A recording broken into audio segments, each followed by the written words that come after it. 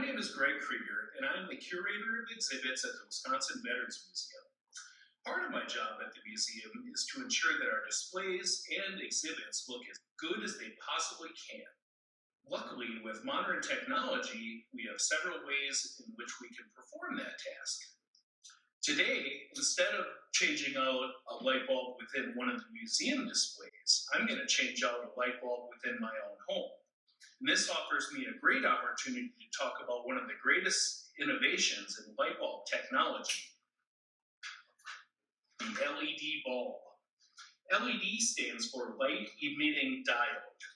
Now, you might remember the bulbs of yesterday that were incandescent bulbs. An incandescent bulb uses electricity that passes through a piece of metal, and it gets so hot that it illuminates or produces light. Now, think of an incandescent bulb as a skillet that you're going to place on your stovetop. At room temperature, the skillet looks like normal metal, but as you turn the burner on high, it eventually will get so hot that it will start to glow. This is the same thing that happens within an incandescent light bulb. Energy passes through a thin piece of metal and it gets so hot that it glows. This is a very inefficient way of producing light because a lot of energy is wasted going into heat. An LED bulb is much more efficient because it concentrates that energy into just making light, not heat. Another nice thing about LED bulbs is that they come in a variety of colors.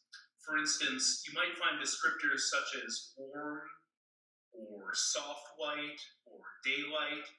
These descriptors refer to the different degrees of Kelvin or color temperature of a light bulb. For instance, a warm light bulb might register in 2500 degrees Kelvin, whereas daylight might register above 5000 degrees Kelvin. Today, I'm installing an LED bulb in the extended part of our kitchen where our family and friends often gather to relax and socialize.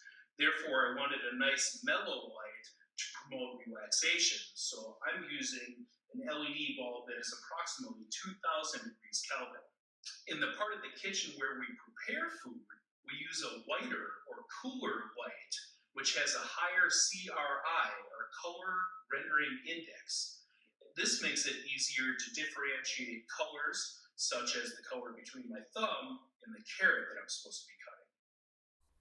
Down here in the mudroom, I am interested in bringing out some of the more subtle blue and green colors from the artwork and the flooring. So I chose a 5000 degree Kelvin LED bulb. You might find this marked as a daylight colored bulb or a bright white colored bulb, and again with a higher color rendering index. This color or temperature bulb will really make the blues and greens pop from within the artwork and the floor. At the museum, I can control lumens and even light temperatures or colors with different filters and diffusers. At times, it is difficult to find a specific temperature bulb at a specific lumen level, so I might utilize a light-reducing filter such as a metal screen. Have you ever noticed how sunlight is somewhat diminished when it shines through your window screen? This is the same effect I am looking for within the museum. I can turn a 1000 lumen bulb into a 500 lumen bulb quite easily.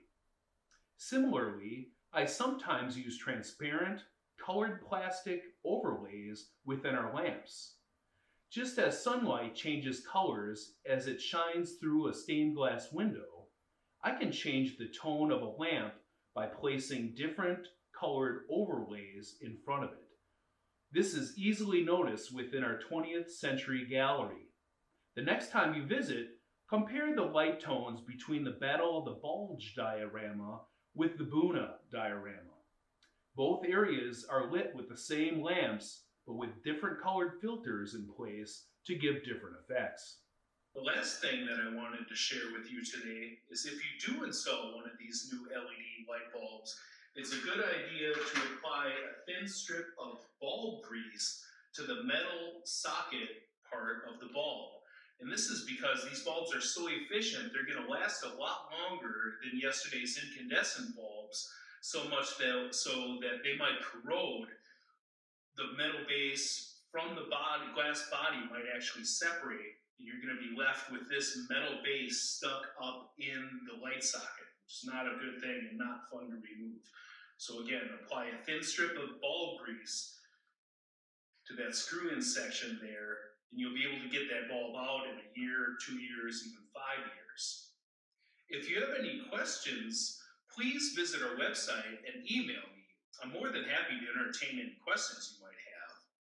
And please visit us again soon for more curatorial insights.